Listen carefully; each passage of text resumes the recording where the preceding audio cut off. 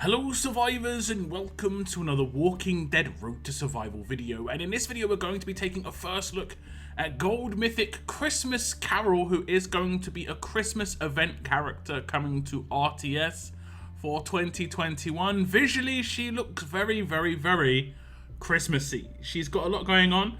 She's got the Christmas hat, she's got a Christmas gun wrapped up in wrapping paper on her back by the looks of things. She's also got a bell. She's got an interesting weapon. We've seen the broken bottle weapon. I guess it's a champagne bottle. We've seen that before. I can't remember the character.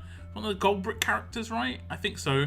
She's got some interesting accessories. The grenades. I like it all. I like it all. Visually looks great. On the left-hand side, she's very much in carol singing pose. As you can see, she's singing the carols. In the background, there's just walkers. Pretty strange. That's pretty strange. I guess she's just attracting walkers. I'm not really sure of that one. If we look at her stats, at a limit break 3 at level 720, she has got 17,571 attack, 15,060 defense, 17,571 HP. She is considered a fast character. I actually was wondering whether she was going to be throwing that bottle or if she was going to be, trying to hit people with it, but I guess she's going to be hitting people with it. She is considered a medic. She is a mythic character, of course, and she is yet again another character to join the Allegiance Holiday Heroes. So we have got a bunch of characters recently from holiday events in this Allegiance, of course. So first up, we'll check out Christmas Carol's Adrenaline Rush, and it is called That's the Spirit. It's a 66 AP cost rush, and you deal 400% damage to a line of enemies. Those enemies get minus 20% defense for 2 turns, and I think we had a character in the past like this. I want to say it was it S-Class Ivanova had quite a similar rush to this, where it was line damage, line defense down, but she also did trauma, so this isn't going to be as buffed up as that, but it's going to be doing a reasonable amount of damage. She is a medic, so I wouldn't really consider her to be someone to do a lot of damage, but it's kind of strange she's not doing any sort of heals here. There's no little extras tacked on the end with the heals, like healing 1 or 2 characters or something like that. But it's just going to be pretty basic. A line damage, defense down, and that means any follow-up damage will obviously do enhanced damage against those characters. Okay, so we have got the Adrenaline Rush of Carol, and what I'm going to do is I'm going to rush the top line just because there's no effects on the top line, just to make it easier to see. You rush the top line, it'll do 400% damage to a line, and it also do minus 20% defense on the characters that it hits. Obviously that can be resisted by passives, or it can be resisted by mods. Not likely to have defense down resist mods, but you can have characters like leaders that block defense down for the first couple of turns, so you're going to have to be aware that defense down is not going to work so much, and she's more going to be there for damage at that point rather than for the support side of it with the defense down. So not an amazing rush by any stretch of the imagination when it comes to being a medic, but it is going to do a bit of damage. You can see it as being a bit of extra damage on top. We don't have too many characters that do line damage, and that is controlled damage, so you know where both of those hits are going to go. We do have characters that do multi-hits, for instance hit 2 characters, but the second hit obviously is completely random. We have the multi-hit characters where, like, Lydia could take out 1, and the second hit it's a lottery, so it could go to a character you do not want it to hit, for instance like a payback or something. You're never going to have that issue with Carol. You're in full control there, which is actually pretty decent. If we look at the upgrades, you can see at grade 3 she gets the 150% damage boost, so it goes from 150% up to 300% damage. At grade 5 is when it gets the addition of the minus 20% defense, so until that point it's only a 300% damage to a line. It does seem very underwhelming as a rush, honestly, and at a limit break 2 it just gets another 100% damage boost. I would have liked to see something else on top here, especially considering she's a medic. I would like to at least see her heal someone, even if it was just herself or one teammate for like 30% HP. It just would have seemed a bit more buffed out. However, when we move across to her signature move, she has got a lot more going on here than on her rush. It is called Head Cracking Carol. Initial cooldown of turn 1, cooldown of 1 turn, number of uses unlimited. Make a critical attack against enemy for 150% damage. 1 other teammate recovers from bleed, and 1 other teammate recovers from burn. So this is obviously pretty good against certain stages. For instance, on Conquest and Challenge Run, you're going to have 2 cleanses here. You can obviously mod your team up, and it can be frustrating if you're having to restart over and over again, but this is going to help you there, because I think this is the only character that cleanses burn on other people. There are people who do it with bleed, and there is I think there is Rosita who cleanses burn to self, but this is the only person who does it to other people, so that's not too bad. So 2 cleanses coming in there, and it is on something that is generally reasonably widespread. And I think on defense teams, because this character is going to be more of an attack team character, on defense teams, bleed is going to be a bit more likely to pop up. Like Zachary's can be used on defense teams a little bit easier than on attack teams, just because of the characters that are available.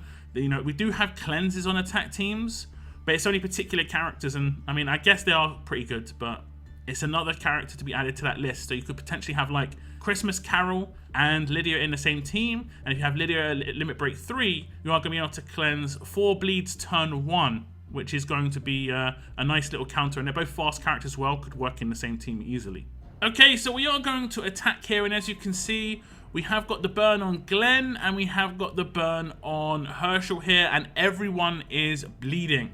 So what I'm going to do is I'm going to target Ty here with her signature move, and we are going to cleanse the bleed on Rick and the burn on Herschel. So we have reduced the amount of damage over time that's going to be getting done by the characters here. But if you haven't noticed as well, Carol has not got anything on her either, and this is because of her specialist skill.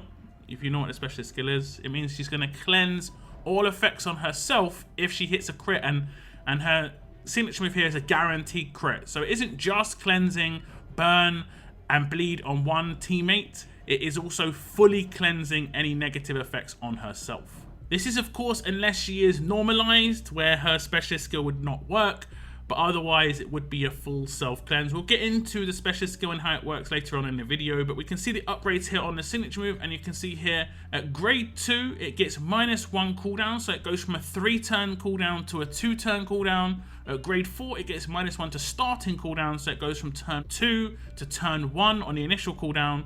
At limit break 1 it gets another -1 to cooldown, so it goes from 2 turns down to 1 turn. And at limit break 3 it gets a 50% damage increase, and you saw the amount of damage it can do. It's a guaranteed critical hit, so it is going to do a pretty reasonable amount of damage, and the turnaround on this is going to be pretty decent. You know, you're going to be able to pop this off quite a lot when she isn't going to have her rush up. So there's going to be quite a lot of cleanses going on, either to herself, to her teammates when it comes to burn and bleed. That shouldn't be too much of an issue when it comes to dealing with it on defense teams. Now, so far, Christmas Carol does not have much healing in her kit when it comes to her rush and her signature move, but we are going to get a bit come in when it comes to her passives. We are going to have Spirit, of course, because she is a medic, and this would be a pretty useless upgrade unless she did get some healing bonuses, which she is going to get, where 20% of all of her healing done will be transferred as bonus HP as well. So if you do 100 heal, you'll also give 20%, 20% of that 20 bonus HP, and it'll be for every 100. So 100,000, 20,000 bonus HP. More for us, less for you. When attacking, 100% chance to heal another teammate by 30% of their max HP. This is actually quite nice for an attack team. It will stack with any other types of heals. So for instance, if you wanted to go all out and make her an actual like an attack team medic, where she had fast healing but still did some damage, there was the old weapon from a battle pass that actually had, I think, didn't it have fast healing 8% and attack on it? So it was a pretty strange weapon, but it would work very well on Christmas Carol here. You don't necessarily want to amplify her damage too much, but giving her a bit of an attack boost would be nice. Next up is You've Had Enough. When this character performs a critical attack, 100% chance that target gets -20 AP. This is obviously awesome because she is going to have a guaranteed crit on her signature move. Now, the downside of this is that for the first one, it's going to be turn 1. So a lot of the time, people do not have high AP. However, what can happen is people can have like AP gain weapons and stuff like that in certain game modes where this could actually be useful. Now, her last passive is called Christmas Crew. At the start of each turn, while battling on the offense team, 80% chance to give all teammates camouflage for 1 turn. Now, it's each turn, not just each wave. So every single turn, turn 1, turn 2, turn 3, up to however many turns a fight takes you, whether it be in Conquest whether it be in challenge run, whether it be in raids, war, whatever game mode you're playing in, you will have an 80% chance to give all teammates camouflage for 1 turn. And that means any sort of AoE damage that comes out from rushes will only be targeted instead. And there are a couple of characters that have non-single target damage where they could like main 2 characters. For instance, Governor, his rush would only main 1 character, so you would only have 1 character guaranteed die or have to like resist or potentially like be bodyguarded. If you had a bodyguard in the same team, it would transfer that 1 damage to the bodyguard rather than having 2 pieces of damage have to be dealt with. So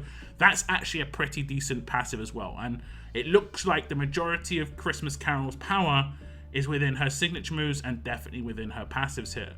Okay, so we're just going to start the fight, and you can see that I do get camouflage on the first turn.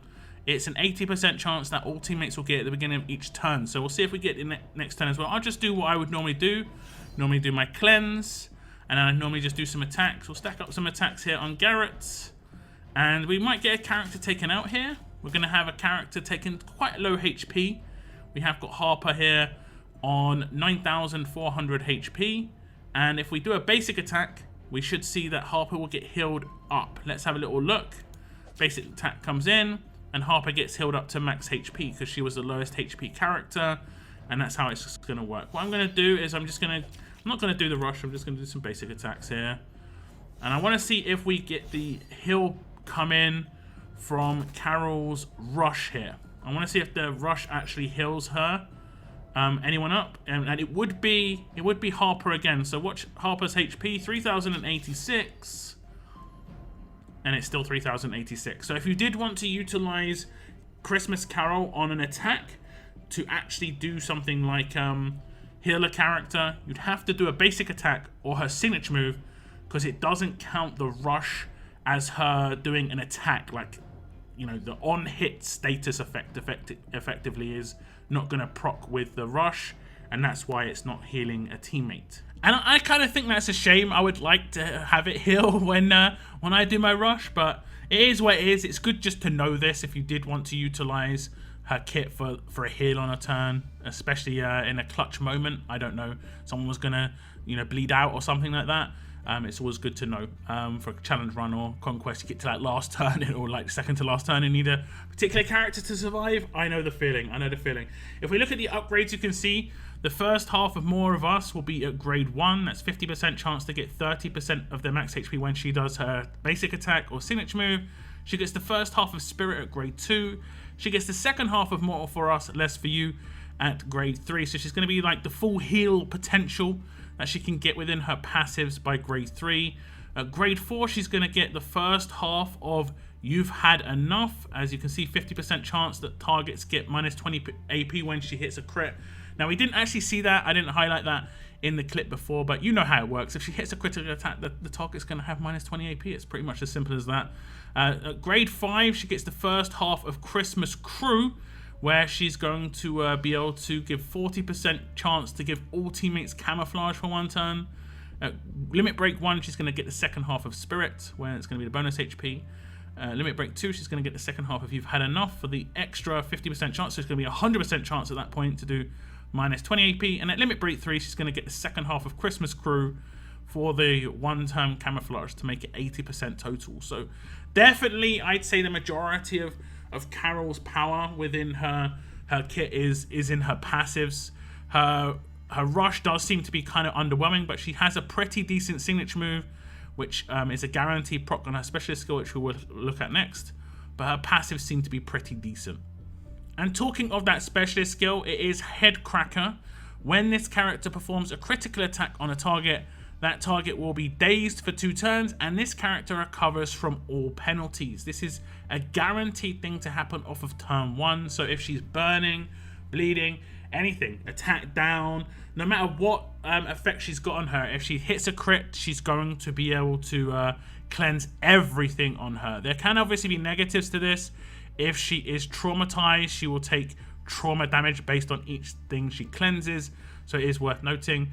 You can't obviously do this in certain circumstances. For instance, this doesn't work if you are stunned because you can't do attacks, so you can't hit crits. This is pretty simple, that one. But if you are confused and you hit a crit, you can obviously still cleanse your entire all the effects that are on you. If you're taunted, same deal.